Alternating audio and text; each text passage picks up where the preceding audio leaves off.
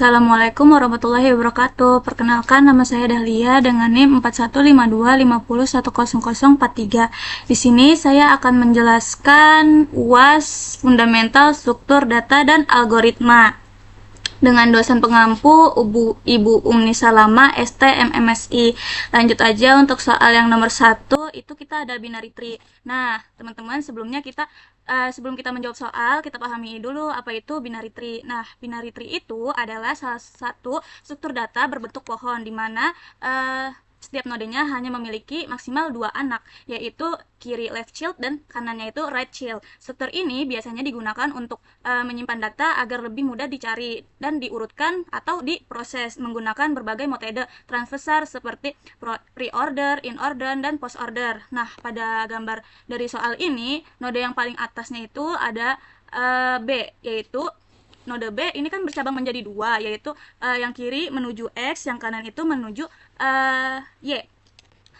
Selanjutnya, setiap node juga memiliki maksimal 2 anak, sehingga terstruktur tersebut disebut adalah binary tree. Nah, untuk jawaban yang pertama itu, kita ditentukan huruf apa saja, root sama left-nya. Jadi, root yaitu node yang paling atas dan menjadi awal dari seluruh cabang pada pohon. Nah, pada gambar ini rootnya itu kita punya B kan, karena dia nggak punya parent lagi di atasnya. Sedangkan leaf adalah node yang tidak memiliki anak lagi. Dari gambar nodenya itu ada P, Q, M, N, X, sama Z, yaitu tidak mempunyai cabang ke bawah lagi, sehingga semuanya merupakan leaf. Nah, dari jawabannya ini, rootnya itu adalah B dan leafnya P, Q, M, N, sama K, sama Z. Nah, itu untuk jawaban yang pertama. Selanjutnya, kita akan membahas apa itu ancestor dan descendant pada huruf di binary tree-nya ini. Nah, untuk jawaban yang B itu, ancestor adalah node yang berada di atas atau menjadi leluhur dari node lainnya, yaitu ada B yang merupakan ancestor dari X, Y, A, F, V, U, P, Q, M, N, K, dan Z. Dan X-nya ini merupakan ancestor dari A, F, V, U, P, Q, M, dan N. Nah, yang Y ini merupakan ancestor dari K dan Z. Terus yang A ini merupakan ancestor dari V, U, P, dan Q. Dan F-nya ini merupakan ancestor dari M dan N. Lalu V merupakan ancestor dari U, P, dan Q. Lalu yang U-nya itu merupakan ancestor dari P dan Q. Sedangkan yang descendant adalah kebalikan dari ancestor, yaitu semua node yang berada di bawah atau merupakan keturunan dari suatu node. Nah, descendant B itu adalah X, Y, A, F, V, U, P, Q, M, N, K, dan Z. Nah, descendant dari X-nya itu adalah A, F, V, U, P, Q, M, sama N. Terus, descendant dari Y adalah K dan Z. Descendant dari A adalah V, U, P, dan Q. Lalu, descendant dari F adalah M dan N. Descendant dari V adalah U, P, dan Q. Lalu, descendant dari U adalah P dan Q. Lalu, yang D, descendantnya itu nggak ada, karena pada tree tidak dapat ada node D. Dan descendant dari P, Q, M, N, K, dan Z juga tidak ada, karena semuanya merupakan leaf, yaitu node yang tidak memiliki anak. Jadi ancestor adalah node yang menjadi leluhur atau berada dari node lainnya. Sedangkan descendant adalah node yang menjadi keturunan atau berada di bawah suatu node. Hubungan keduanya saling berkebalikan, sehingga jika suatu node menjadi ancestor bagi node yang lain, maka node tersebut otomatis menjadi descendant dari ancestornya. Segitu aja dari jawaban yang B. Nah, selanjutnya aku akan menentukan level pada binary tree. Sebelumnya, kita pahami dulu apa itu level. Nah, level itu adalah tingkatan atau posisi suatu node di dalam binary tree. Perhitungannya dimulai dari root sebagai level pertama. Kemudian turun satu ke bawah, levelnya akan bertambah satu. Nah, pada gambar ini node yang paling atas yaitu B berada pada level 1 karena merupakan root. Di bawahnya B itu terdapat X dan Y, sehingga keduanya berada pada level 2. Kemudian pada level 3 terdapat node A dan F yang merupakan anak dari X, serta K dan Z yang merupakan anak dari Y. Selanjutnya pada level 4 terdapat node V, M, dan N. Node V adalah anak dari A, sedangkan M dan N merupakan anak dari F. Kemudian pada level 5 hanya terdapat node U, yaitu anak dari V. Terakhir pada level 6 terdapat node pada P dan Q yang merupakan anak dari U. Jadi dapat disimpulkan bahwa binary tree pada soal ini memiliki 6 level. Setiap level menunjukkan posisi node berdasarkan jaraknya dari root. Semakin jauh node dari root, maka levelnya juga akan semakin besar. Nah, selanjutnya aku akan melakukan transversal pada binary tree untuk jawaban yang D. Nah, transversal itu adalah proses mengunjungi atau membaca setiap node pada binary tree dengan aturan urutan tertentu. Nah, pada soal ini terdapat 3 jenis transversal, yaitu ada pre-order, in-order, sama post-order. Nah, yang pertama ada pre-order. Nah, metode yang pertama yaitu mengunjungi root terlebih dahulu, kemudian menelusuri subtree kiri dan subtree kanan. Artinya, kita mulai dari node B, lalu berpindah ke cabang kiri sampai selesai, setelah itu baru ke cabang kanan. Hasil dari pre-ordernya itu ada yang pertama itu ada B menuju X, A, V, U, P, Q, F, M, N, Y, K, dan Z. Lalu ada in order. Nah, pada metode ini kita mengunjungi subtree kiri terlebih dahulu, kemudian root, lalu subtree kanan. Jadi, kita akan menyelesaikan seluruh cabang terlebih dahulu. Setelah itu, baru mengunjungi induknya, kemudian berpindah ke cabang kanan. Nah, hasil dari in order yaitu P, U, X, Q, V, A, X, M, F, M, N, B, K, Y, dan Z. Lalu yang ketiga ada post order. Pada metode ini kita mengunjungi subtree kiri, kemudian subtree kanan, dan root selalu dikunjungi paling terakhir. Jadi seluruh anak harus selesai dikunjungi terlebih dahulu. Baru kita kembali ke parent. Nah, hasil dari post order ini yaitu P, Q, U, V, A, M, N, F, X, K, Z, Y, dan B. Jadi perbedaan dari mode transversal ini terletak pada urutan mengunjungi rootnya itu. Nah, pre-order root dikunjungi dari awal root left dan kiri. In order rootnya dikunjungi dari tengah, left, right. Lalu post order dikunjungi di akhir, yaitu left, right, dan root. Meskipun menggunakan binary tree yang sama, hasilnya urutan nodenya akan berbeda karena aturan transversal yang digunakan juga berbeda. Nah, segitu dulu dari saya. Terima kasih. Di sini saya akan menjelaskan untuk soal yang P2, yaitu A dalam materi searching, pilih satu mode algoritma, kemudian jelaskan metode algoritma tersebut. Nah, metode yang saya pilih adalah binary search. Sebelum saya masuk ke algoritmanya, kita pahami dulu apa itu searching. Nah, searching itu adalah proses mencari suatu data tertentu di dalam sekumpulan data. Tujuannya untuk mengetahui apakah data tersebut ada atau tidak, sekaligus mengetahui letaknya atau posisinya. Nah, metode yang saya pilih kan itu binary search. Nah, binary search ini merupakan algoritma pencarian yang bekerja dengan cara membagi data menjadi dua bagian secara terus-menerus hingga datanya yang dicari itu ketemu. Nah, karena selalu membagi data menjadi dua bagian, proses pencariannya menjadi lebih cepat dibandingkan dengan metode pencarian yang biasanya. Namun, binary search ini memiliki syarat, yaitu datanya harus terurut, baik yang kecil ke yang besar, maupun yang besar ke yang kecil. Jika datanya belum terurut, maka datanya harus diurutkan terlebih dahulu. Nah, cara kerja binary search itu, yang pertama kan menemukan data yang berada di posisi tengahnya itu. Yang kedua, membandingkan data dicari dengan data di posisi tengah. Nah, yang ketiga, jika nilainya sama, berarti datanya itu ditemukan. Nah, yang keempat, jika datanya dicari lebih kecil, pencariannya dilanjutkan ke bagian yang kiri. Terus, jika datanya yang besar, pencariannya dilanjutkan ke sebelah yang kanan. Nah, yang terakhir, itu kita ulang sampai ketemu atau sudah nggak ada lagi gitu. Jadi contoh sederhananya aku punya kayak 10, 20, 30, sama 40 nih. Nah, kita bakalan cari angka yang 30. Nah, data tengahnya itu kan udah kecari, ya itu 30 ya.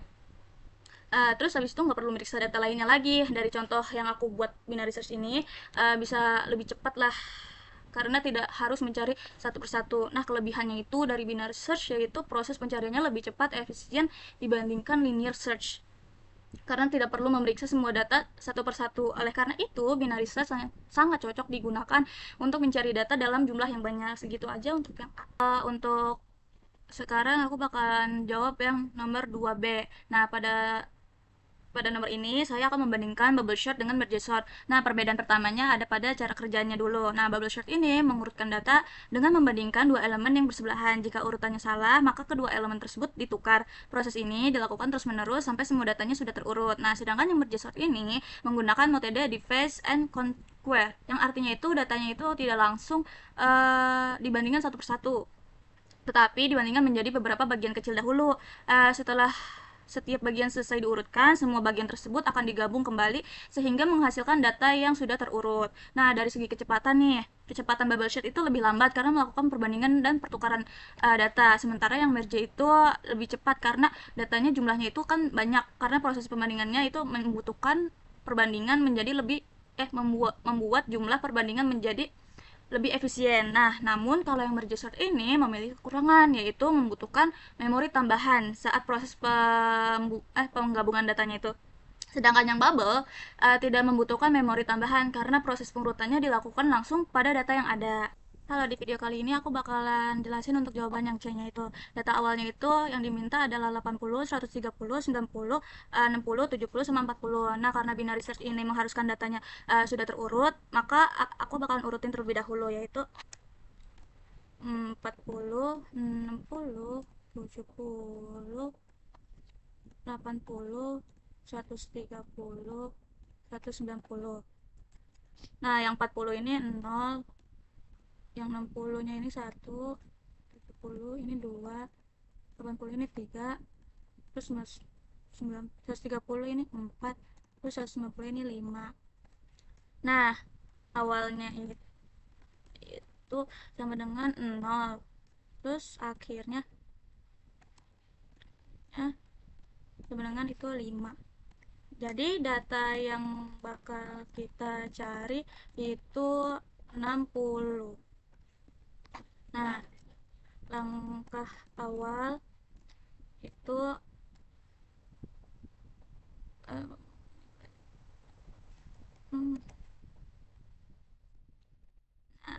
ini awal, yang 40 ini awal, terus yang tengah-tengah ini kan berarti 80 ya, terus yang akhir itu berarti 90.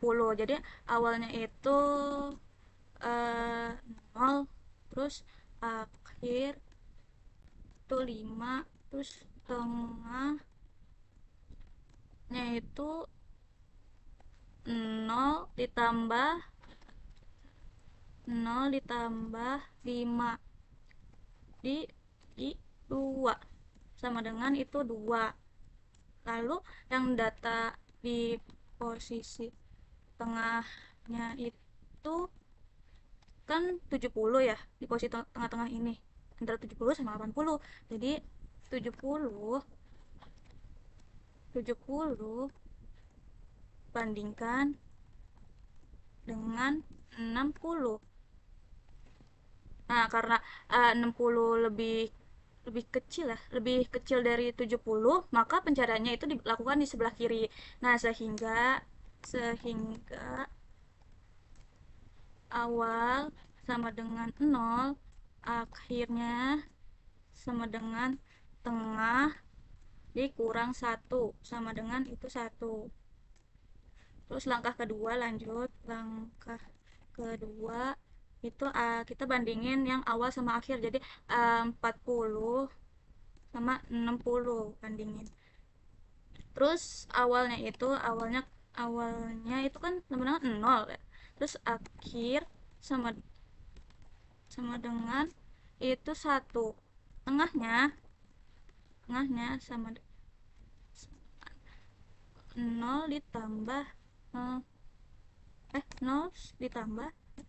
ditambah 1, tutup lagi dibagi 2 sama dengan itu 0. Terus data posisi tengahnya jadi 40 bandingkan 60.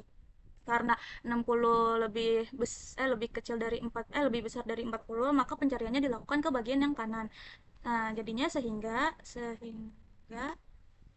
awal sama dengan tengah ditambah 1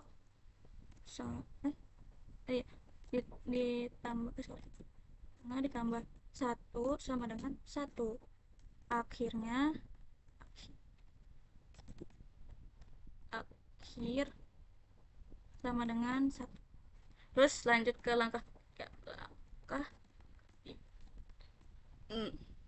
yaitu 60 itu awal sama dengan tengah sama dengan akhir. Awal dengan tengah sama dengan akhir. Nah, awal sama dengan 1, akhir sama dengan 1, tengah sama dengan 1 ditambah 1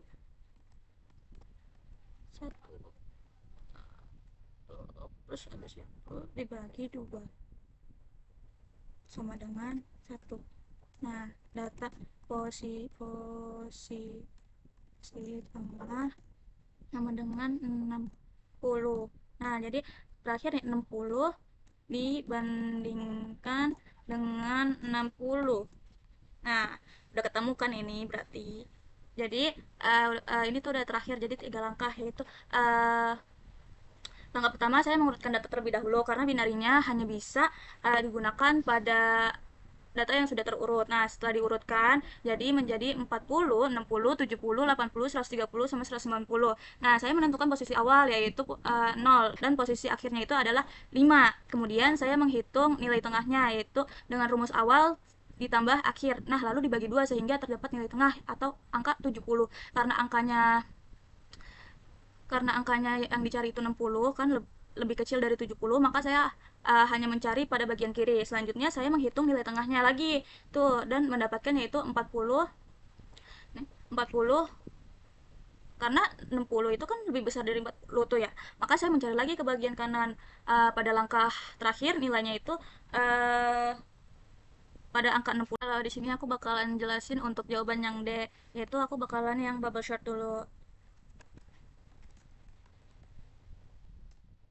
Nah, lanjut pada langkah awal atau iterasi ke-1.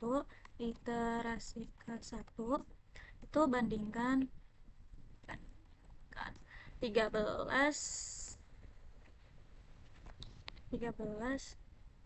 sama 9. Nah, tukar kan? 13 sama 9 itu tukar. Tukar, tukar. Terus ini 13, data 13, 9, 7, 11, 5, terus 9, 13, 7, 11, 5. Dari tukar kan pada awal kita bandingin 13 sama 17 sama 7 dulu. 13 sama 7. Terus karena asal kan 13 7.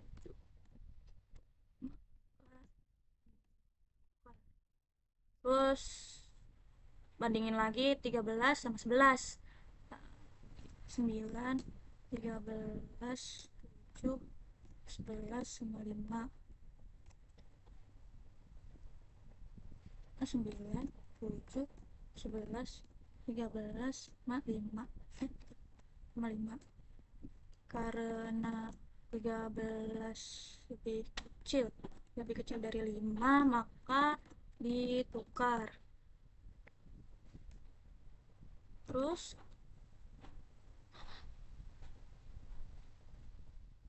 itu kita lanjut lagi ya, 9, 7, 11. Ingin lagi 13, 5. 9,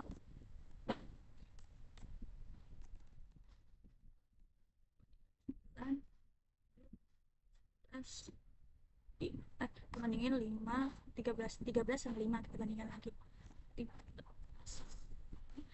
Hasil dari iterasi 1 yaitu dapat 9, 9, 7, 11, 5, sama 13. Nah, pada iterasi pertama kan angkanya 13 udah berada di posisi paling belakang, sehingga tidak perlu dibandingkan lagi. Lanjut kita ke iterasi kedua. Kita bandingkan 9, 7, 11, 5, sama 13. Nah, 9, 7, 11 sama 13 kita bandingin yang 9 sama 7. 7, 9, 11, 5, 13.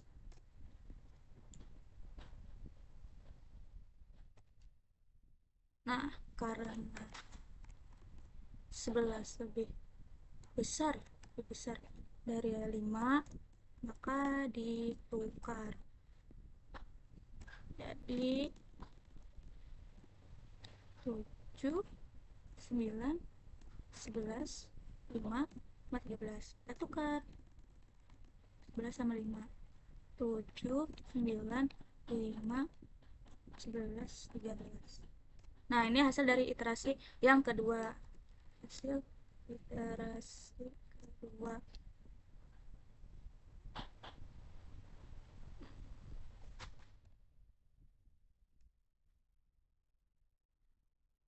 Terus yang lanjut kita ke iterasi ketiga. Kita bandingkan 7 dengan 9. Karena 9 lebih besar dari 5, maka ditukar. Jadi 7, 9, 5, 11, 13. 7, 9, 7, 5. Kita kan bandingin ya. 7, 5, 9, 11. Nah, ini dia hasil dari iterasi yang ketiga. Hasil dari iterasi. Nah, terus iterasi keempat. Iterasi keempat.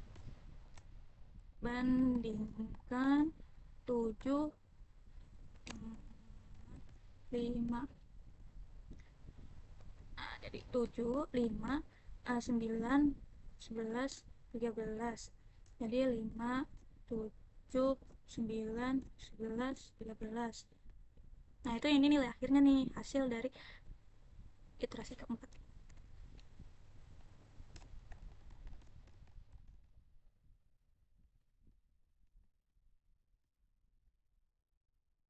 Nah, udah dilakukan iterasi keempat ini datanya udah selesai diurutkan. Jadi 5, 7, 9, 11 sama 13. Sebulannya. Kesimpulannya, data berhasil diurutkan dari terkecil sampai terbesar menjadi 5, 7, 9, 11, 13. Itu aja untuk yang bubble short. Short short yaitu data awalnya itu ada 13, 9, 7, 11 sama 5 kan. Nah, langkah awal, langkah 1 itu kita bagi menjadi 2 bagian, yaitu jadi 13, 9 dibagi. Ini bagian mana ya kita cara baginya? Ini kali. Nah, 7, 11 sama 5. Nah, kita bagikan jadi 2 nih. Jadi 13, 9 bagi 7, 11 sama 5. Tuh. Terus langkah kedua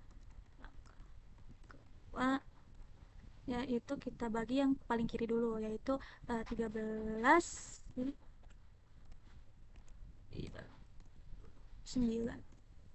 Nah, bagian kanan yaitu 7 dibagi 11 dan 5. Terus abis itu langkah ketiga itu bagian kanan masih dibagi lagi, jadi 11 dibagi 5. Nah, sekarang kan semua datanya itu sudah menjadi bagian yang paling kecil nih. Jadi sekarang semua data sudah menjadi bagian paling kecil. Lanjut, kita 13, 9, 7, 11 sama 5. turun lagi jadi 13 dibagi 9 dibagi 7 dibagi 11 dibagi 5 gitu. Terus langkah keempat gabungin yang paling kiri dulu, jadi 13 ditambah 9 turun jadi 9 sama 13 turun. Terus kita gabungkan yang paling kanan lagi, jadi 11 ditambah 5 itu 5 tuh 11. Terus langkah kelima langkah kelima itu gabungkan, yaitu 7 ditambah 5 11 itu 5 7 11. Nah, langkah keenam itu gabungkan lagi, kan itu 9 sama 13 itu ditambah 5 7 sama 11. Nah, bandingkan satu persatu. Jadi 5 lebih kecil ambil 5. Jadi terus 7 lebih kecil ya ambil 7, 9 lebih kecil diambil 9, 11 lebih kecil ambil 11. Sisanya kan 13. Nah, hasil akhirnya itu 5 7 9 11 sama 13. Nah, jadi hasil urutannya dari merge sort itu kayak gini. Segitu saja untuk yang merge sama bubble. Halo, untuk yang soal nomor 3, aku bakalan jelasin codingan di sini. Sebelumnya yang dikasih sama ibu itu error, jadi aku benerin lagi. Untuk yang benarnya itu kayak gini. Nah, outputnya tuh udah ada kayak gini. Nah, lanjut aja untuk penjelasannya. Itu yang pertama ada kelas binary tree. Nah, itu digunakan untuk membuat sebuah kelas yang bernama binary search tree. Nah, kelas ini berfungsi sebagai blueprint atau cetakan untuk membuat node-node pada binary tree. Terus yang kedua ada constructor init. Yang ini. Constructor init, yaitu constructor ini akan otomatis dijalankan ketika kita membuat objek binary search tree. Di dalam konstruktor terdapat ada 3, yaitu val, left, sama right. Itu yang val untuk menyimpan nilai pada node, yang left ini gunanya untuk menunjukkan anak kiri, yang right itu menunjukkan anak yang kanan. Nah, pada awalnya kan anak kiri sama kanan masih kosong, yang bernilai itu non artinya. Terus fungsi insertnya itu digunakan untuk menambahkan data ke dalam binary tree. Nah, aturannya yaitu binary tree itu sangat sederhana. Jika nilai yang dimasukkan lebih kecil dari node sekarang, maka datanya akan ditempatkan di sebelah kiri. Jika nilainya lebih besar, maka ditempatkan pada yang sebelah kanan. Jika nilainya sama, maka datanya tidak dimasukkan ke BST. Nah, karena datanya nggak sama. Terus pada program ini kan datanya yang dimasukin itu ada 7, 4, 9, 0, 5, sama 8, sama 13. Nah, untuk data yang pertamanya itu kan karena tree-nya ini masih kosong, maka angkanya itu 7 itu yang menjadi root. Terus yang 4 itu datanya lebih kecil dari 7, maka masukkan ke kiri. Terus yang 9 itu lebih besar dari 7, maka masukkan yang ke kanan. Jadi kan kayak gini, ini 7, ini 4, ini 9 gitu. Terus habis itu masukkan 0 itu yang lebih kecil dari 7 kan. Jadi gini, jadi 7, 4, 0. Terus yang kanannya itu 9. Terus masukin lagi nih yang 5. 5 kan lebih kecil dari 7 ya. Kemudian bandingin lagi sama 4, maka masuknya yang ke kanan. Jadi pohon 7 rootnya, terus 4 di kiri, terus 8 paling bawah, terus 4 ini punya anak lagi nih 5, jadinya kayak gini. Nah, yang 7 ini kan masih ada yang kanan nih, jadi ini 9. Terus masukin lagi yang 8 ini. Nah, 8 ini kan lebih besar dari 7 ya, masukkan ke kanan yang menuju 9. Jadi 9 itu punya anak lagi ke 8. Jadi 9 itu anaknya 8 gitu. Terus abis itu masukin lagi 13 karena lebih besar dari 7, kemudian dibandingkan lagi dari 9 karena kan 9 ditempatinnya abis itu yang di kanan. Jadi 9 punya anak 8 sama 13. Nah, jadi gitu logikanya. Terus yang keempat itu ada banded first search. Itu kan kita fungsinya ini untuk menelusuri semua node berdasarkan level program menggunakan struktur data QW atau antrian. Nah, artinya node yang pertama masuk akan diproses terlebih dahulu. Nah, urutan pembacaannya itu kayak level 1 itu 7, level 2 itu 4 sama 9, terus level 3-nya itu ada 0, 8 sama 13. Nah, jadi BFS-nya itu ada 7, 4, 9, 0, 5, 8 sama 13 gitu. Terus ada ini eh, ada DFS. DFS ini. Nah, ini DFS. Ini menyediakan selain program BFS ini, program ini juga menyediakan DFS. Bedanya DFS akan menelusuri satu cabang sampai setelahnya terlebih dahulu sebelum berpindah ke cabang yang lain. Nah, ada 3 jenis transversal, yaitu udah udah dipahamin yang soal nomor 1, yaitu ada in order, post order, sama pre order kan. Lanjut aja untuk yang BFS itu, aku punya fungsi lagi yang fin not at parent. Fin out at the parent. Nah, ini ya, fin not in the parent, fungsinya ini digunakan untuk mencari sebuah node beserta parent atau itu induknya. Contohnya saat ini dari angka 5. Contohnya saat mencari angka 5. Nah, program akan menunjukkan bahwa node yang dicari 5 dan parentnya adalah 4. Nah, informasi ini diperlukan ketika proses delete. Terus fungsi delete itu apa sih? Fungsi delete itu digunakan untuk menghapus node dari binary search tree. Nah, program ini menangani 3 kondisi. Yang pertama itu menghapus node down, yaitu left. Delete 5 itu gunanya. Karena tidak memiliki anak nih, nodenya itu langsung dihapus, langsung ke successfully delete. Nah, artinya itu penghapusannya itu berhasil. Nah, untuk delete yang 9 itu node 9 memiliki anak yaitu 8 dan 13. Nah, program ini menghapus node 9 kemudian memasukkan kembali node 8 dan 13 ke dalam binary tree agar strukturnya sesuai aturan BST-nya itu. Terus yang ketiga ada menghapus root, delete 7, karena yang dihapus adalah root, programnya akan menghapus root terlebih dahulu, kemudian membangun kembali binary search tree menggunakan node-node yang tersisa. Yaitu successfully delete. Terus yang 8 ada program utama yaitu BST binary search tree, yaitu kemudian memasukkan data 7, 4, 8, 9, 13. Nah, untuk penjelasan outputnya ini output ini menunjukkan isi setiap node setelah proses insert selesai. Angka 7 itu menjadi rootnya itu 4, menjadi anak kiri, 9 menjadi anak kanan. Terus sedangkan yang 0, 5 sama 8 dan 13 berada di posisi sesuai aturan binary search tree-nya ini. Terus ada in order itu ada 0, 4, 5, 7, 8, 9 sama 13 karena menggunakan transversal in order dengan urutan kiri root lalu kanan, hasilnya menjadi urutan dari angka terkecil ke yang terbesar.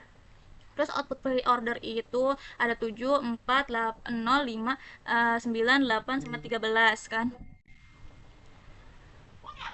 Transversal pre-order membaca root terlebih dahulu, kemudian subtree kirinya itu subtree kiri lalu subtree kanan. Terus output pre-ordernya itu post order itu ada 0, 5, 4, 8, 13, 9 sama 7. Transversal post order ini membaca anak kiri kemudian anak kanan dan root yang dibaca paling akhir. Terus ada output delete, successful delete ini artinya node 5 dan node 9 dan node 7 itu berhasil dihapus dari binary search tree-nya itu. Terus output yang terakhir ada in order, itu menunjukkan isi binary search setelah beberapa node dihapus terlihat bahwa 5, 9, 7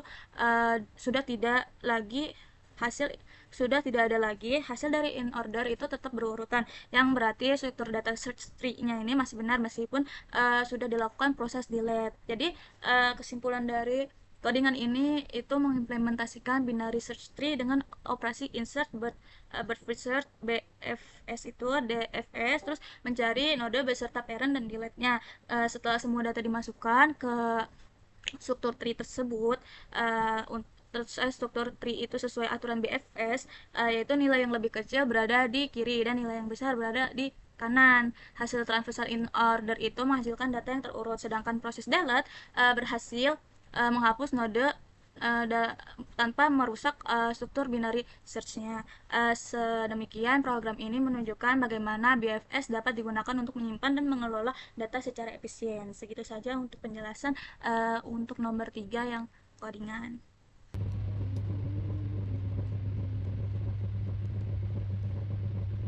Untuk yang pertama itu ada agency listnya, itu A menuju F, C sama B. Terus habis itu yang B menuju G sama C. Nih, G sama C.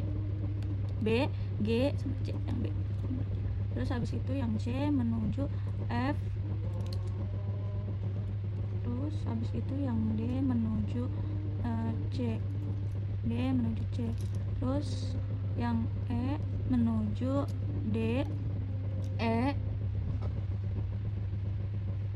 Yang E itu menuju D, C sama J. D, C,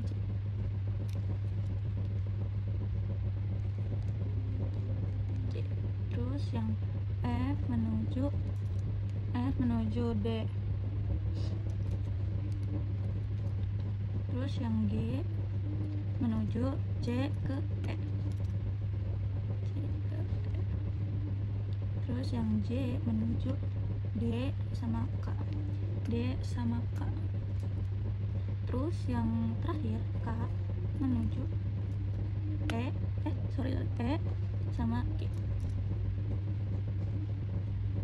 Ini agency listnya. Terus habis itu kita menuju matriksnya dengan urutan simpelnya A, B, C, D, E, F, G, J sama K. Nah, matriksnya itu di samping aja. Matriksnya itu ada A, B, C, D, E, F, G, C. A, B, C, D, E, F, G, C. Sama terakhir K. Oh ya, ini K.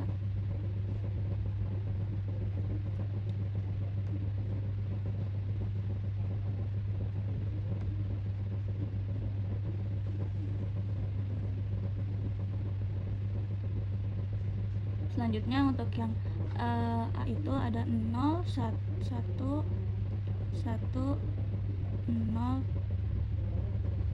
0, 1, 0, 0, 0. Untuk yang kedua itu 0, 0. Terus ini yang C1, yang D nya 0, 0, 0. Oh, F nya ini 1, maaf. F nya itu 0, G nya itu 1. Ini 0, 0. Terus yang C itu 0, 0, 0, 0. F nya itu 1. Terus F nya 0, 0, 0. Terus yang D itu 0, 0, 1. Terus ya 0, 0. Terus yang E itu 0, 0. Ini 1. Ini 1. 0, 0. Ini 0, ini 1. Ini 0. Terus F nya 0, 0, 0, ini 1.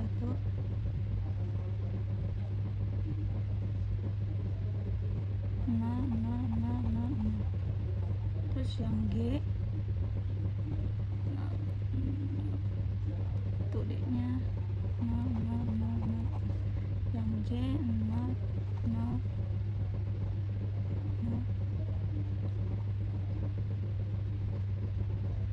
Sorry, ini yang G nya itu, yang E nya itu 1 ya.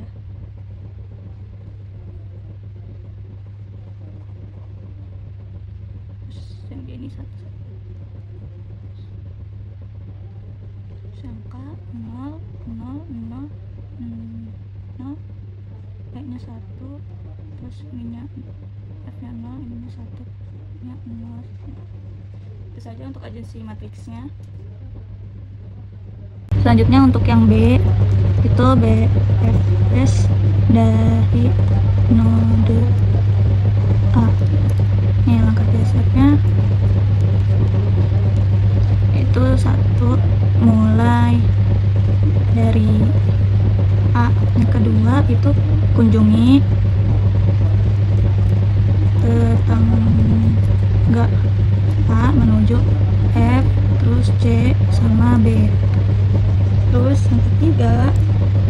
dari F menuju D, terus dari C tidak ada node baru.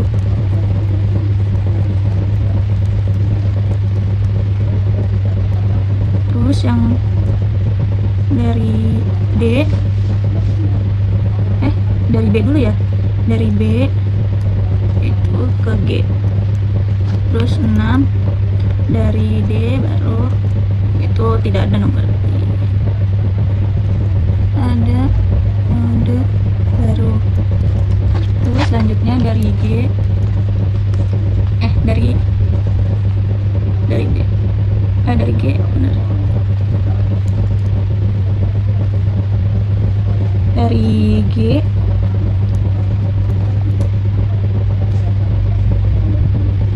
ke E, dari E ke J, terus dari J menuju K, terus terakhir dari K itu selesai. Terus urutan BFS-nya itu A menuju F menuju C menuju B menuju D menuju G menuju E menuju J menuju K. Ini adalah node yang dicapai dari A.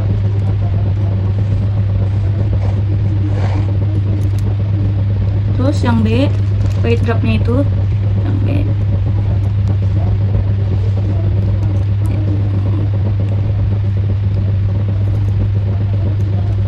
Dua, 5, 0, 0, 0, 0, 0, ini 6 kan. Terus ini 2, ini 3, ini 8. Terus ini 4, ini 3, ini 0, ini 0.